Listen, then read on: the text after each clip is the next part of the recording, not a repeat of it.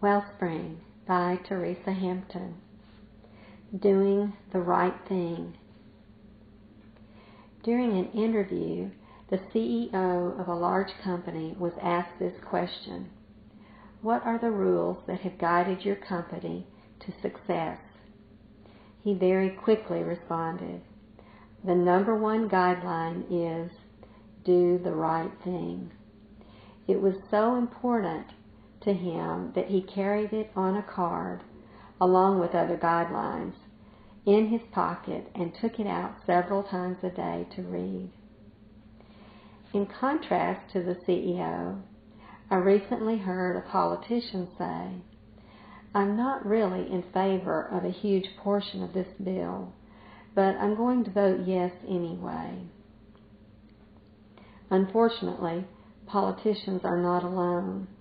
It's not uncommon for people to vote someone into office based on loyalty to a particular party, even though that party's platform strongly supports abortion.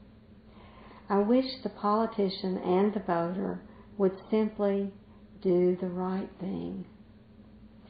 God defines what is right. It is important to know His Word well so we can understand the difference between good and evil, right and wrong. I'm reminded of Joseph, Genesis chapter 39. Mrs. Potiphar cast longing eyes on the handsome young man. Joseph refused her daily advances, saying, how can I do this great wickedness and sin against God?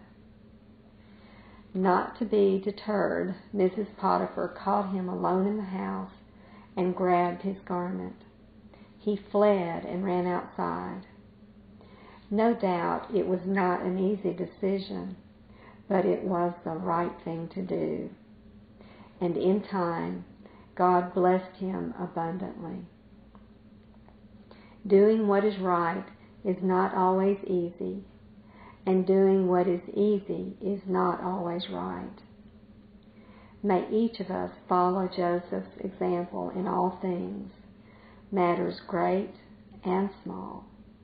It may not be easy or popular, but God will always bless those who do the right thing. Today's verses. Enter by the narrow gate, for wide is the gate and broad is the way that leads to destruction, and there are many who go in by it. Because narrow is the gate, and difficult is the way which leads to life, and there are few who find it. Matthew 7, verses 13 and 14.